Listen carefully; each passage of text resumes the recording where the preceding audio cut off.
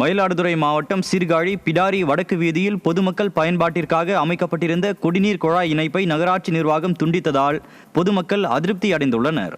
பிடாரி வடக்கு வீதி நகராட்சி அலுவலகம் வளாகம் எதிரே பொது குடிநீர் குழாய் அமைந்துள்ள நிலையில் பழுது ஏற்பட்டு கடந்த 2 நாட்களாக குடிநீர் வீணாகியதாக தெரிகிறது.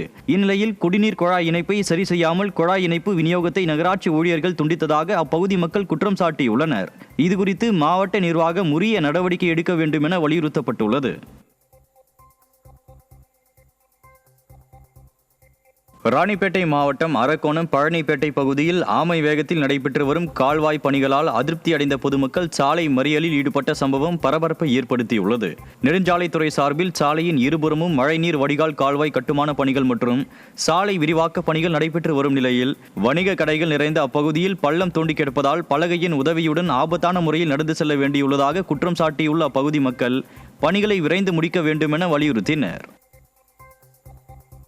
கச்சத்தீவு புனித அந்தோனியார் ஆலய திருவிழாவில் பங்கேற்க ராமநாதபுரம் மாவட்டம் ராமேஸ்வரம் மீன்பிடி துறைமுகத்தில் இருந்து பக்தர்கள் படகுகளில் புறப்பட்டு சென்றனர். கச்சத்தீவு புனித அந்தோனியார் ஆலய திருவிழாவிற்கு ஆண்டுதோறும் தமிழகத்தில் இருந்து பக்தர்கள் செல்வது வழக்கம்.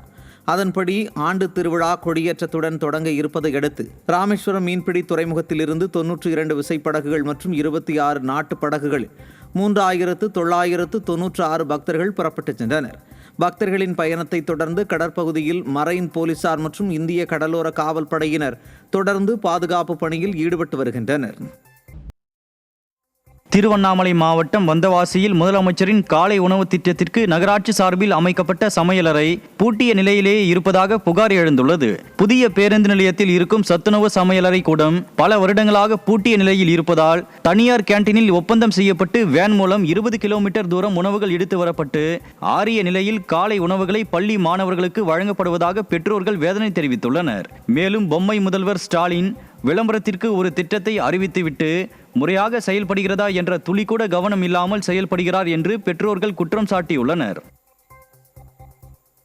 கன்னியாகுமரி மாவட்டம் கொட்டாரம் பகுதியில் டிரைவர் செல்லப்பாண்டி கொலை செய்யப்பட்ட சம்பவத்தில் உண்மை குற்றவாளிகளை கைது செய்யாமல் குற்றவாளிகளுக்கு போலீஸ் துணை புரிவதாக கூறி 300க்கும் மேற்பட்டோர் எஸ்பி அலுவலகத்தில் குவிந்த சம்பவம் பரபரப்பை ஏற்படுத்தியுள்ளது.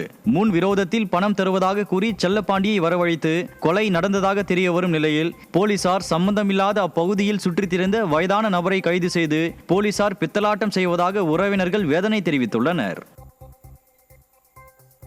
எல்லாரும் சிஎம் வரனால நாங்க போவோம். பண்ணவன் போய் சார், கைது பண்ணவன் ஆளே கிடையாது. கைது பண்ணவன் கொலையே பண்ணல சார். கால் இல்லாத ஒரு கிழவனை பிடிச்சாந்து வச்சுட்டு அவங்க தான் சொல்லி எப்படி சார் சொல்ல முடியும்? கன்னியாகுமரி மாவட்டம் விட்டு மாவட்டம் வந்தா போய் சொல்லுவாங்களா?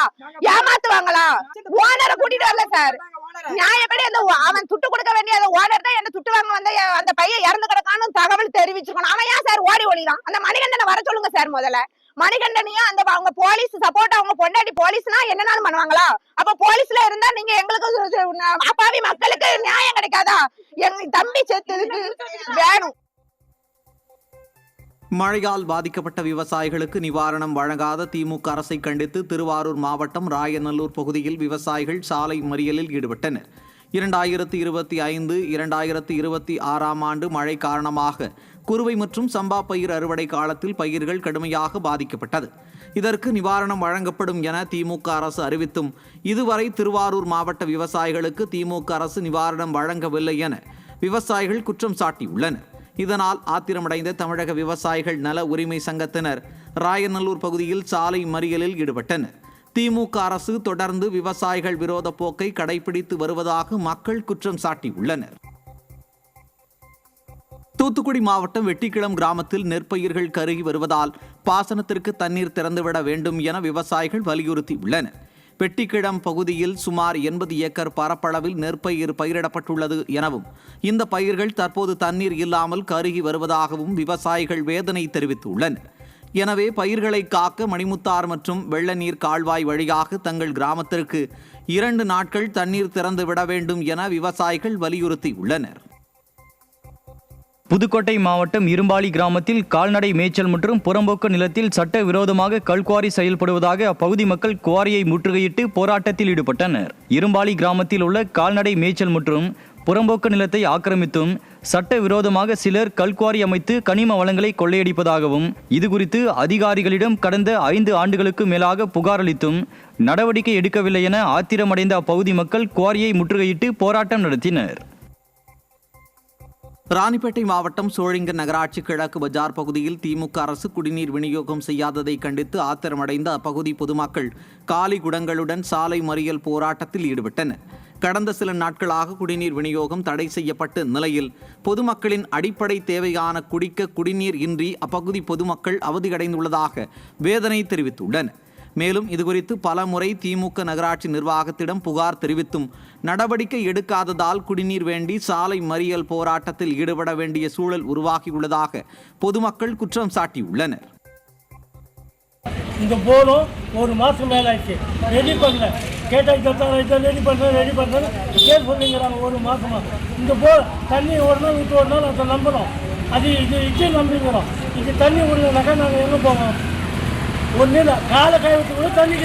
ஈரோடு மாவட்டம் தாளவாடி பகுதியில் சில்லறை வியாபார கடையில் குரங்குகள் புகுந்து அட்டகாசம் செய்ததால் வியாபாரிகள் கலக்கம் அடைந்துள்ளனர். தாளவாடி பகுதியில் நாளுக்கு நாள் குரங்குகள் அட்டகாசம் அதிகரித்து வருகின்ற நிலையில் சல்மான் கான் என்பவருக்கு சொந்தமான கடைக்குள் புகுந்த குரங்குகள் கடையில் இருந்த தின்பண்டங்களை தின்றும் குளிர்பான பாட்டில்களை உடைத்தும் சேதம் செய்ததால் அப்பகுதி வியாபாரிகள் மிகுந்த மன உளைச்சலுக்கு ஆளாகியுள்ளனர். மேலும் இதுகுறித்து வனத்துறை அதிகாரிகளிடம் புகார் தெரிவித்தும் நடவடிக்கை எடுக்கவில்லை என பொதுமக்கள் குற்றம் சாட்டியுள்ளனர்.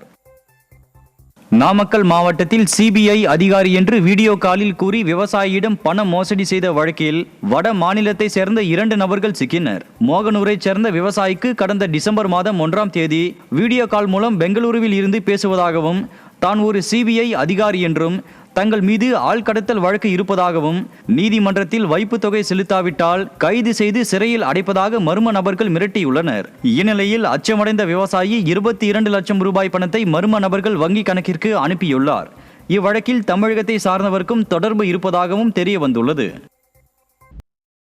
திருவள்ளூர் மாவட்டம் போலிவாக்கம் பகுதியில் அடுத்தடுத்து 2 வீடுகளின் பூட்டை உடைத்து திருட்டு சம்பவத்தில் ஈடுபட்ட சென்னை KK நகர் பகுதியைச் சார்ந்த சிலம்பரசன் பிடிபட்டார்.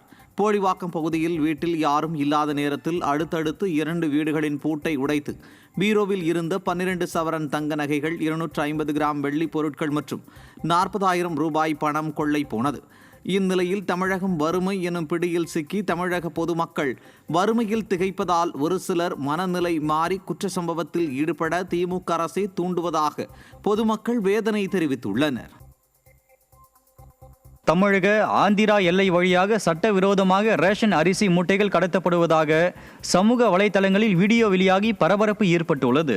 திருப்பத்தூர் மாவட்டம் வாணியம்பாடி நகர பகுதிகளில் இயங்கி வரும் நியாய விலை கடைகளில் இருந்து ரேஷன் அரிசி மூட்டைகள் சேகரிக்கப்பட்டு அவற்றை ஆந்திரா உள்ளிட்ட அண்டை மாநிலங்களுக்கு 2 சக்கர மற்றும் 4 சக்கர வாகனங்களில் அரிசி மூட்டைகள் டன் கணக்கில் கடத்தப்படுவதாக கூறப்படுகிறது. இந்நிலையில் அம்பலூர் காவல் நிலைய சோதனை சாவடியில் 2 சக்கர வாகனம் மற்றும் ஜீப்பில் ரேஷன் அரிசி மூட்டைகள் கடத்தி செல்லும் வீடியோ சமூக வலைதளங்களில் வெளியாகி அதிர்ச்சியை ஏற்படுத்தியுள்ளது. திருச்செந்தூர் அருள்மிகு சுப்பிரமணிய சுவாமி திருக்கோவிலில் சுவாமி சண்முகர் சிவப்பு சாத்தி கோலத்தில் எழுந்தருளி பக்தர்களுக்கு அருள் பாலித்தார்.